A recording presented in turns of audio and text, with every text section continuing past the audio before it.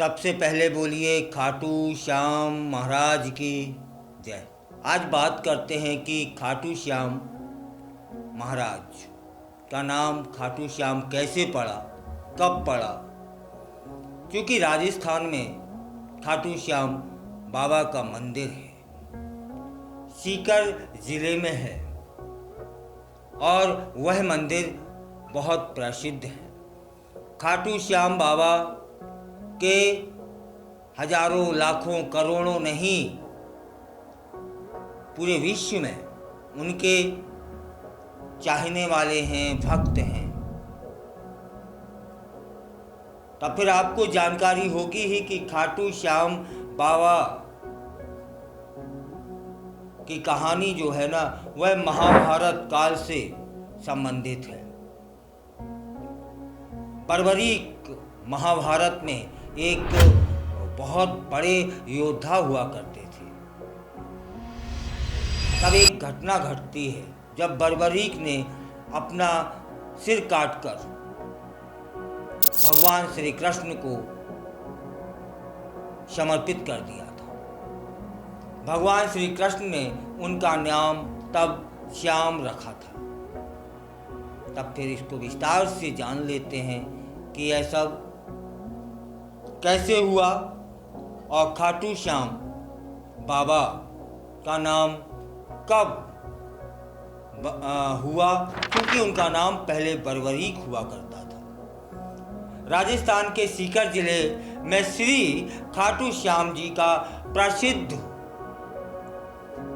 स्थान है। वैसे तो खाटू श्याम बाबा के भक्तों की पूरे विश्व में कोई कमी नहीं है, लेकिन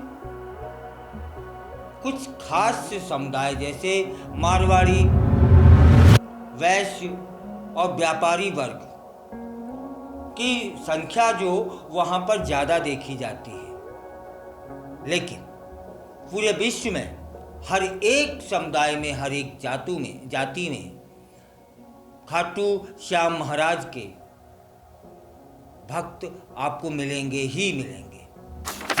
तब फिर यह प्रश्न बनता है कि श्याम बाबा कौन थे। तब थोड़ा जान लेते हैं कि उनके जन्म और जीवन के विषय में। खाटू श्याम जी का असली नाम बर्बरीक है। महाभारत काल में बर्बरीक जी का सिर राजस्थान राज्य के खाटू कस्बे में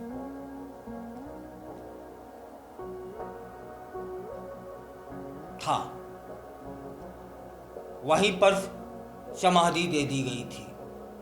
इसी कारण बर्बरीक जी खाटू श्याम बाबा के नाम से प्रसिद्ध हो गए। इस समय खाटू नगर को सीकर जिले के नाम से भी जाना जाता है। खाटू श्याम बाबा जी को कलयुग में भगवान कृष्ण का अवतार भी कहा गया है। श्याम बाबा घटोत्कच और नाग कन्या मौरवी के सुपुत्र हैं। पांचों पांडवों में जो सबसे बलशाली थे वो थे भीम,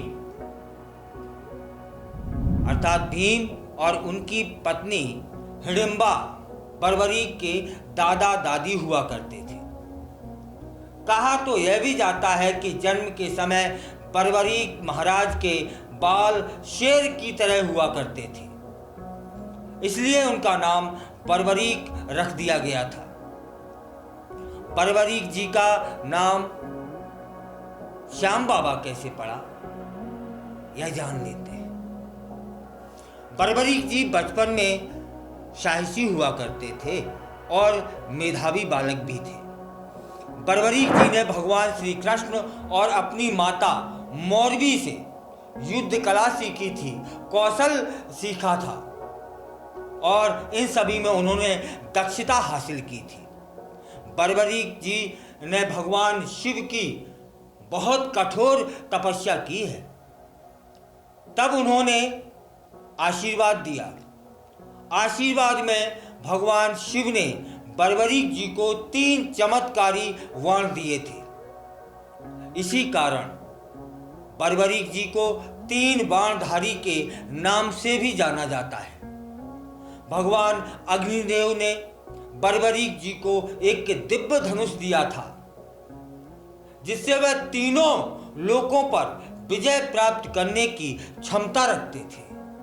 जब बर्बरीक महाराज को कौरवों और पांडवों के बीच युद्ध की जानकारी होती है, तब फिर वे युद्ध में सम्मिलित होने के लिए जाते हैं। बर्बरीक जी ने अपनी मां का आशीर्वाद लिया और हारने वाले पक्ष का साथ देने का वचन दे दिया था। इसी वचन के कारण हारे का सहारा बाबा श्याम हमारा, इसी वचन से यह स्लोगन कहावत प्रचलित हो गई। बर्बरीक जी ने भगवान का ध्यान किया और सिद्ध किया कि वह 3 बाण सामर्थ्यवान है। क्या हुआ कि जब बर्बरीक जी जा रहे थे, तब रास्ते में एक ब्राह्मण से उनकी मुलाकात हो जाती है। और यह ब्राह्मण देवता कोई और नहीं थे, बल्कि स्वयं भगवान श्री कृष्ण थे, जो बर्बरीक जी की परीक्षा लेना चाहते थे। उन्होंने ब्राह्मण का वेश धारण कर लिया। श्री कृष्ण ने बर्बरीक जी से पूछा, वह केवल 3 बाणों से युद्ध क्यों करने जा रहे हैं? कोई केवल 3 बाणों से कैसे युद्ध कर सकता है, लड़ सकता है, जीत सकता है? यह सारे सवाल भगवान श्री कृष्ण ने, जो कि ब्राह्मण के वेश में थे, बर्बरीक जी से किए। बर्बरीक जी कहते हैं कि उनका केवल 1 बाण ही सारी शत्रु सेना को नष्ट करने में सक्षम है। इसके बाद वह बाण नष्ट नहीं होता है, बल्कि अपने लक्ष्य को भेद कर वापस आ जाता है और तर्कस में स्वयं रख जाता है। इसलिए अगर तीनों बाणों का प्रयोग किया जाए तो पूरी दुनिया का मैं विनाश तक कर सकता हूं। तब फिर ब्राह्मण के वेश में भगवान श्री कृष्ण कहते हैं कि यह पीपल का पेड़ है, इस पेड़ के सभी पत्तों को भेद कर दिखाओ, लेकिन सूखे हुए, हरे नहीं। बर्बरीक जी ने भगवान का ध्यान किया। कौन से भगवान का? जो स्वयं ब्राह्मण का वेश धारण किए हुए थे, और अपने बाण चला दिए। उस बाण ने पीपल के पेड़ के सभी सूखे हुए पत्तों को भेद दिया। तब फिर क्या होता है? इसी समय भगवान श्री कृष्ण ने एक पत्ता अपने पैरों के नीचे दबा लिया था, और वह बाण बार बार उन ब्राह्मण देवता के पैरों पर आकर के घूमने लगता है। तब फिर बर्बरीक महाराज कहते हैं कि ये पैर हटा लीजिए ब्राह्मण देवता, अन्यथा यह बाण आपके पैर को भेद देगा। और जब पैर हटाया तो वहां एक सूखा पत्ता था। श्री कृष्ण जी ने अपने पैर के नीचे वह पत्ता छुपा लिया था, और बर्बरीक जी समझ भी गए थे। बाण उस पत्ते को भेदने के लिए आतुर था। चारों ओर उन ब्राह्मण देवता के पैरों के नीचे वह घूम रहा था। तब बर्बरीक जी ने कहा था, हे ब्राह्मण, अपना पैर हटाओ, नहीं तो यह तुम्हारे पैर को भी भेद देगा। बर्बरीक जी की वीरता से कृष्ण खुश हो जाते हैं। उन्होंने पूछा कि बर्बरीक, किस पक्ष से लड़ोगे? तब बर्बरीक जी ने कहा कि उसने किसी पक्ष से लड़ने का निर्णय नहीं लिया है।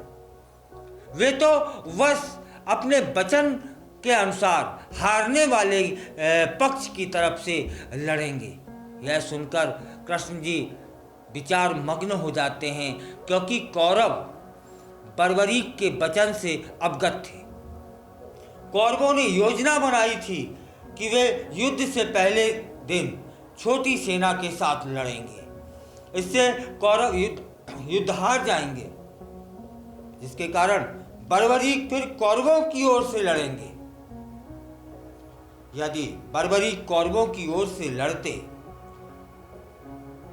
तो फिर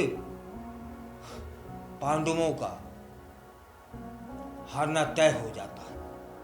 बर्बरीक जी ने उसी समय अपना सिर काटकर श्री भगवान श्री कृष्ण को दे दिया था, और इसके बाद कौरवों की जो योजना थी वह विफल हो जाती है। ब्राह्मण का वेश धारण किया था भगवान श्री कृष्ण ने, और बर्बरीक जी ने बर्बरीक जी से दान देने का वचन मांग लिया था। बर्बरीक जी ने दान देने का वचन भी दे दिया, और ब्राह्मण देवता ने बर्बरीक को कहा कि उन्हें दान में बर्बरीक का सिर चाहिए। दान की इस अनोखी मांग को जैसे ही बर्बरीक महाराज ने सुना, वे समझ गए कि ये ब्राह्मण वेश में ब्राह्मण नहीं है, कोई और है। तब फिर बर्बरीक महाराज ने प्रार्थना की और कहा कि मैं वचनबद्ध हूं, मैं अपना सिर अवश्य दान करूंगा, लेकिन इससे पहले आप जो भी हैं आपको अपने वास्तविक स्वरूप में आना होगा, प्रकट होना होगा। तब फिर भगवान श्री कृष्ण स्वयं वास्तविक रूप में आ जाते हैं। बर्बरीक जी ने कहा, हे भगवान, मैं अपना सिर देने के लिए बाध्य हूं, वचनबद्ध हूं, लेकिन मैं युद्ध को अपनी आंखों से देखना चाहता हूं। तब श्री कृष्ण जी ने बर्बरीक की वचनबद्धता से प्रसन्न होते हुए उन्हें उनकी इच्छा के ही अनुरूप आशीर्वाद भी दिया। बर्बरीक जी ने अपना सिर काटकर भगवान श्री कृष्ण को दे दिया, और श्री कृष्ण ने 14 देवियों से बर्बरीक जी के सिर पर अमृत छिड़कवाया और उन्हें युद्ध भूमि के पास एक पहाड़ी पर बैठा दिया, जहां से बर्बरीक जी ने वह पूरा युद्ध देखा। और इस तरह से कौरवों की जो योजना थी वह विफल हो जाती है। यह थी बर्बरीक महाराज की कहानी, जो कि पुराणों में है, जो कि बर्बरीक जी में दान देने का जो वचन है वह उन्होंने सिर काट कर भी पूरा किया। अब इसमें एक बात और, वह है कि जब युद्ध समाप्त हो जाता है और युद्ध समाप्त होने के बाद पांडव पूछते हैं कि कौरव हार चुके हैं, और कौरव हारने के बाद हम लोग जीत चुके हैं। तब यह जानना चाहते हैं कि इस युद्ध में सबसे ज्यादा कौशलपूर्ण तरीके से युद्ध किसने लड़ा। तब फिर श्री कृष्ण जी कहते हैं कि चूंकि बर्बरीक इस युद्ध के साक्षी रहे हैं, इस प्रश्न का उत्तर उन्हीं से हम सभी को जानना चाहिए। तब परमवीर बर्बरीक जी कहते हैं कि इस युद्ध की विजय का जो श्रेय है वह केवल और केवल और केवल भगवान श्री कृष्ण को ही जाता है, क्योंकि यह सब श्री कृष्ण की उत्कृष्ट युद्ध नीति के कारण ही हो पाया, और विजय के पीछे सब कुछ श्री कृष्ण जी की माया थी। बर्बरीक जी के इस वचन कथन से देवताओं ने बर्बरीक जी पर पुष्प वर्षा की और उनका गुणगान किया। श्री कृष्ण वीर बर्बरीक की महानता से बहुत बहुत प्रसन्न हुए थे। उन्होंने कहा था कि हे बर्बरीक, तुम महान हो, आशीर्वाद मैं यह देता हूं तुम्हें कि आज से तुम मेरे नाम, श्री कृष्ण भगवान का नाम श्यामली है। उन्होंने आशीर्वाद में क्या दिया था कि आज से तुम मेरे नाम श्याम से प्रसिद्ध हो जाओगे, कलयुग में तुम कृष्ण अवतार के रूप में पूजे जाओगे, अपने भक्तों की मनोकामनाएं पूर्ण करोगे। यह थी महाराज बर्बरीक और खाटू श्याम बाबा की जो इतिहास है, जो महाभारत में दर्ज है। तब फिर प्रेम से, उत्साह से, उमंग से, श्रद्धा से बोलिए खाटू श्याम महाराज की जय।